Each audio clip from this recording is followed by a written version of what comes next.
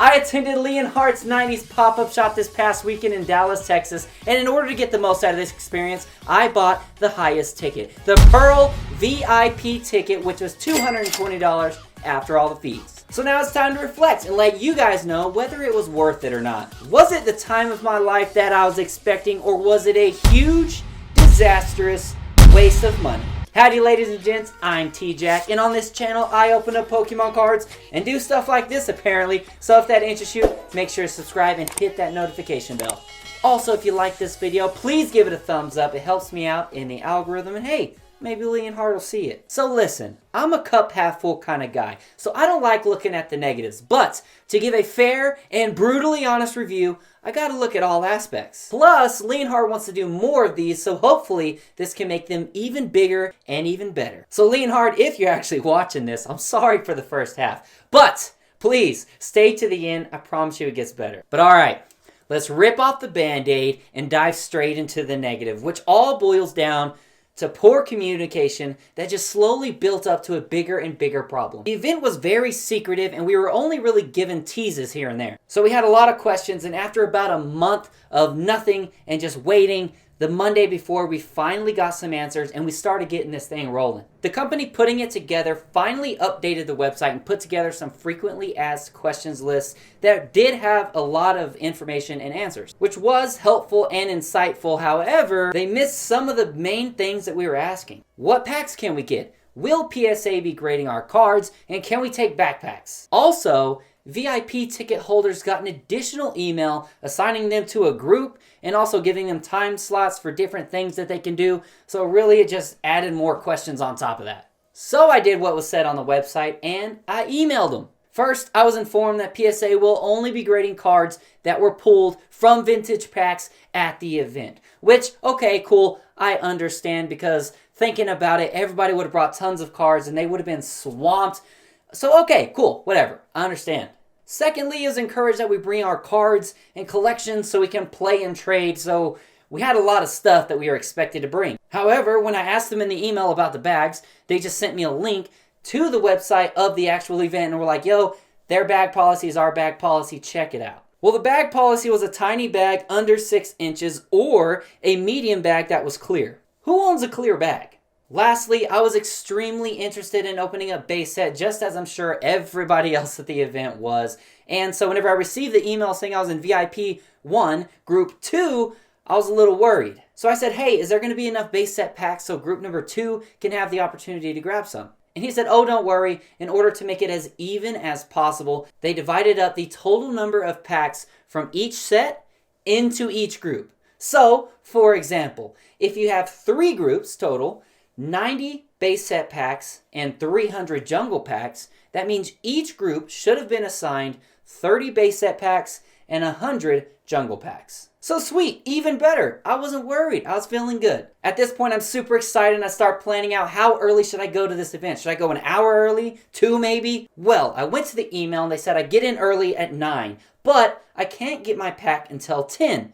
So then I went over to the website, and on the website, and it states that you're not allowed to line up more than 15 minutes prior to you getting your pack. And any line formed will be disbanded and spread apart. So I was like, all right, well, it looks like after I get in, I'm going to have about 45 minutes to look around, check some stuff out before I can even get in line. So there's really no point of even coming early, right? Wrong! That was not the case at all, and this is where it all begins. I got there 15 minutes before entry, and the line was already wrapped halfway around the building, and it took forever for the line to even start moving, even after it hit 9 o'clock. And to make it worse, some random people made a second line like 30 minutes into waiting, and they said, oh, this is the line for the VIP 2.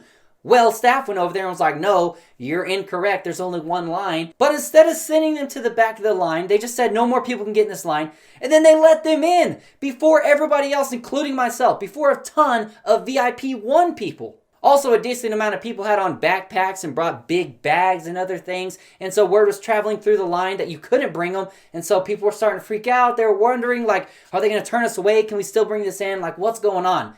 And guess what? All bags were allowed, and they could care less, honestly. So now, I'm standing here in line, holding all my stuff, for no reason at all. So I stand in line, and it took over an hour to get inside the venue. I mean, it makes sense because you have to check vaccination cards and IDs and tickets.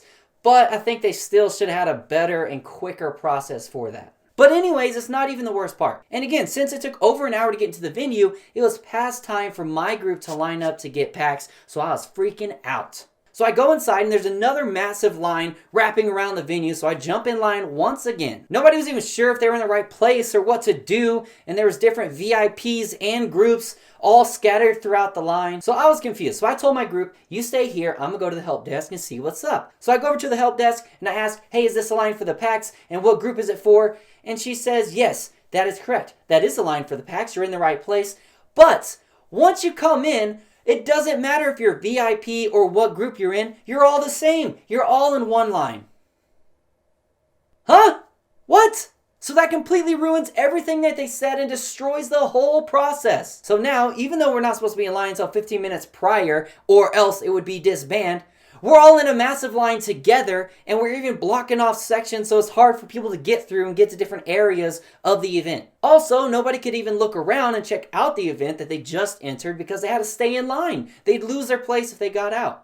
Also, there was no directions for this line. That wasn't even supposed to be formed. There was no ropes, no stand here sign, and not even a staff member trying to direct us and answer questions. We were all confused, and more people kept coming in, and then attendees were trying to help other attendees, and everybody was given different answers, just causing more confusion. Then, even once general admission came in, they started getting in line because they had no idea what was going on either. Even though they weren't getting packs because they had no idea what the line was for. They just seen everybody else in line, so they jumped in line too. Finally, much later, someone came in and said, general admission, you need to get out of line, so that's cool for them, I guess, but they had to wait a little while. So the stream starts while we're in line, and it's pretty interesting watching these packs opened up, and someone even pulled the base set Charizard right off the rip, and we all went crazy. But it was base set after base set after base set after base set. So we're all standing in line freaking out like there's going to be nothing left by the time we get up there. So morale is low, frustration is increasing, and everyone's confused. Well, after almost 2 hours of waiting, which other people were in line for 4 to 5 hours, I get towards the front and I finally see it. All the vintage packs lined up on the wall and in the booster boxes. And next thing you know, I'm up next to get my pack, right? And then boom, a lady comes over with 8 to 10 people and has them cut me in line because she said that they're VIP 1, and since I'm VIP 2, they're supposed to get their packs before me. So now the groups matter? And when doing research for this video, I came across this on the website, and it says, in bold, underlined letters, missing your assigned pickup time will not, under any circumstance, allow you to skip the card pickup line. Also, guess what? They didn't save any packs per group like the dude told me in the email. That all went out of the window. And so even though I was one of the first from group 2 to get to the front, there was no base set packs reserved, and so there was no chance of grabbing those. Also, I bought a meet and greet ticket to meet the man himself, and in past meet and greet events I've been to, you all go in a room in a line, and then one by one you go take a picture, exchange some words, maybe get an autograph. But this time was a little different. There were 4 different time slots you could potentially meet him, which is cool, it's flexible. And listen, this guy didn't sit on his butt all day. He was busy. He was up everywhere. But I was in line for the first opportunity, so I missed that. And then the second one, I got up there and there was a long line, and he was only able to stay up there for about 15 minutes or so. So sadly, I missed out on that opportunity as well. Also, I didn't get a chance to meet him in the later time slots just because the people I went with were tired of standing in line all day. They wanted to go get something to eat. So we ended up leaving prior to those time slots. And there wasn't really much to do after you opened up your vintage pack, but they weren't as big Pokemon fans as myself, so take that with a grain of salt. I probably could have tried a little bit harder to meet him. Maybe the later time slots went better, but I just bring it up just because I think there could have been a little bit better of a system in place. Especially since I did pay extra for that experience, maybe they could sell less of those tickets just to guarantee that he can personally meet every single one of us. Also, there was a super sick drone show, but it was only announced once, and it was announced 10 minutes prior to the event, so sadly, I missed that as well. Wish there would have been a little bit better of a heads up for that. I was a little disappointed. Also, the lighting wasn't the best for an event like this, and again, there wasn't really much to do outside of opening the packs, which I get, like that's the main draw to the event. But in the future, I would like it to be more like a Comic-Con, but only for Pokemon. I'd love a bigger venue with like a cosplay contest and more vendors selling more packs and maybe some artists with some cool pieces to purchase or to even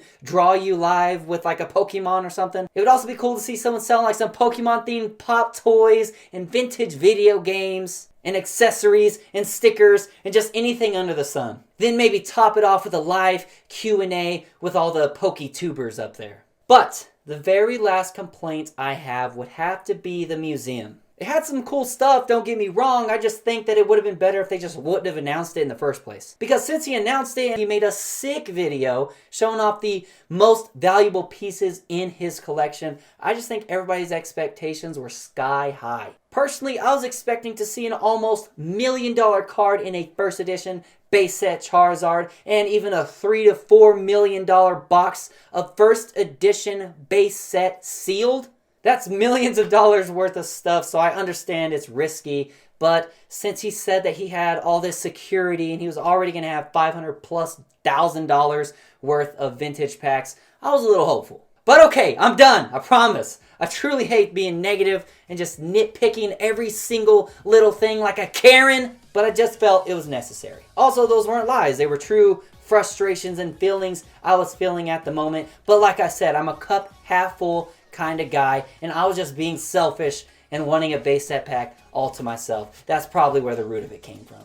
But anyways, let's get on to the positives. As I said earlier, I got cut in line right whenever I was up there about to get my packs, but seconds after, I realized it didn't even matter. There were tons of base set 2 and Team Rocket packs, which were my preferred packs after base set, and the guys that cut me, they were super cool, super chill, super apologetic, and so it made it better. But to be honest, the moment I got to the front and I seen all those base set vintage packs lined up on the wall and the case full of options to pull, the whole event turned around. All the negativity just left me and I was just in awe and full of excitement. I went through and my group picked up 3 base set 2 packs and a Team Rocket pack, and I had to break the seal before I could leave the little card shop. And the feeling of holding these packs in my hand and breaking that seal is unmatched.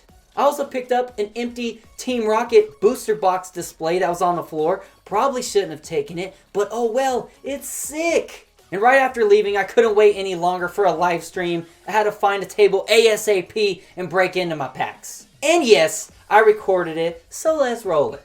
So here I was just trying to show off the packs in the box. Oh, I was so excited. I didn't even know what to do. They cleared the table for me, and here they are.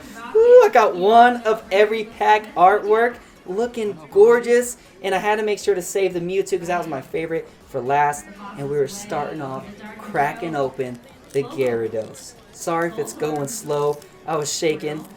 Oh, gosh, look at that. Look at that beautiful artwork. That's the, like, even if I don't pull anything, or even if I didn't pull anything out of these, I was cool with it because that's the artwork I knew as a kid. And these are vintage packs. I was so hyped to be opening these up. And then I handed the pack over to my niece, who was along with me. Big Pokemon fan. Shout out Ariana. She did the first pack. And just enjoy this. Vulpix, just as you remember from a kid. Poliwag, just as you remember. Sandshrew, underrated, one of my favorite Pokemon. Staryu, Doduo, Energy. Oh, Energy, and a Pokemon trainer, a Pokemon breeder, whatever. I took over after that with the Raichu, the blue pack artwork. Had to make sure to keep these cards safe though. So again, getting into it, trying to be extra gentle to save and preserve the pack.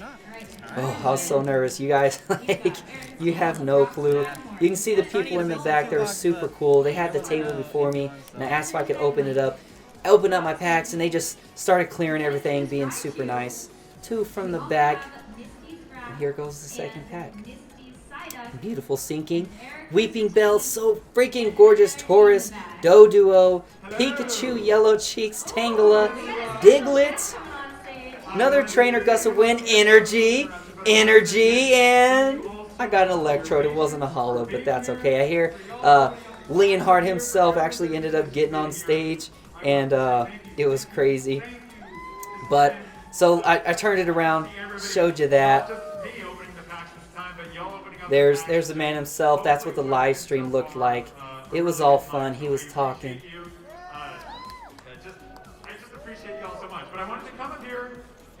And I was right there at the front, so, you know, I had to pay attention a little bit, see what was going on. But I also had 2 more packs to go, and I was trembling. I had to open up these packs. So I wanted to save Mewtwo pack artwork best for last, and I was really hoping to pull a holo, of course, the Charizard. So I went with the Team Rocket first. And this is where it gets crazy, guys. Get ready, okay? Get ready. Oh my gosh, excellent, might I add, from pulling out that and saving the pack artwork. 3 from the back, I wasn't even sure. And here we go. Another trainer. Gorgeous trainer, if I might add. I swear these old cards are so gorgeous. Dark Gyarados, Dark Flareon, Eevee, Grimer, Oddish, Psyduck, Ekans, Abra, Slowpoke, and Dark Charizard! No. Oh my god, I was freaking out. I was reaching for the card saver and the sleeve. I was going crazy, guys. This is the best card you can pull in the set. Thank you, Leonhart. I was over the moon. Everybody was going crazy. I showed them. They went crazy. As you can hear, I was getting fist bumps. Everybody was super cool. It really made the entire moment very, very special. And it took forever for me to get into this last pack right here. Okay with the Dark Dragon? You might as well go get that rated. We have a Dark Pack fresh. Man, thank you. Yo! Magnemite. I got excited and messed up my camera. But here we are, getting into the last pack. Look at my hands. Like, look at that. I am literally shaking. And I felt like such a dweeb and a nerd shaking this hard. And I was just all freaking paranoid, like, oh my god, please someone don't just snatch this booster box and run, or snatch this Charizard and run. It was right in front of me. I was keeping it right there. But okay, last pack, Seeking, Arcanine, Defender Trainer, Switch Trainer, look at that art! Jigglypuff, Bulbasaur, Bill Trainer, Magnemite, Energy, and we didn't get a holo, but we got the Dark Charizard. Along with the amazing pull, the people I met were awesome, and it really did feel like just a big community. I was in line with some amazing people from New York behind me, and some dope people from Las Vegas in front of me. We complained and shared frustration, but we also shared an excitement and celebration. The girl behind me got a single Vivid Voltage pack at the event and pulled a Rainbow Pikachu, and she went nuts. She was literally talking about it the whole time in line, how she hasn't pulled it, and then she goes into the venue and pulls it, so her day was crazy. But it doesn't even stop with them. It extends to the people who were cheering me on and giving me fist bumps whenever I pulled that Dark Charizard, and the people that hurried up and went out of their way to clear the table for me to set up and record those packs, all the way up to the people going crazy on stage when they had those amazing pulls. I got to see Leonhart, Real Breaking Nate, and PokeRev all within 10 feet in person. I went over to PSA and sent in my Charizard at a discounted rate, so in 3 weeks I will have my very first graded card. So hit that notification bell so you can see exactly what it is as soon as it comes in. And to top it off, I gotta have a road trip in Dallas, Texas with some people that mean the world to me. We ate amazing food, had tons of laughs, drank boba, tried out Mr. Beast burgers, which is great, and ultimately made memories that we will never forget. So to Leonhart, I just want to say a huge thank you. I know I listed some negatives, please don't hate me. I just felt like it was necessary, but ultimately, truly thank you for the experience. Now, I don't know if I should love you or hate you because you gave me this amazing experience, but you've also awakened me to a whole new world and a whole new addiction. Modern Pokemon cards just aren't the same anymore, and I finally understand why you open up so much vintage in all your videos. I never really had much of an urge, nor thought it was even possible for me to open up... I never had much of an urge to open vintage, or even thought it possible to be opening vintage, but now it is almost a life goal for me and this small channel that I have. I now want to open a booster box of every single set on this channel, and the biggest ones is base set, Base Set 2, Team Rocket, and Fossil, all thanks to this experience that you've given me. That's the dream, and I hope I can reach it. A week ago, I never even cared about Team Rocket and thought it was a dumb set, and honestly even skipped it when you were opening it in your videos. But because of the experience I had and the research I did on the set, and me imagining myself pulling each and every card, it has changed my perspective. I can only hope to open up a booster box of them all, and I hope that you can do more of these so you can give other people this insane experience that you've given to us. Congrats on your career and your channel. Congrats on making your dream a reality and helping people feel what you felt. And congrats on engraving yourself into Pokemon history. But it's not over, my friend.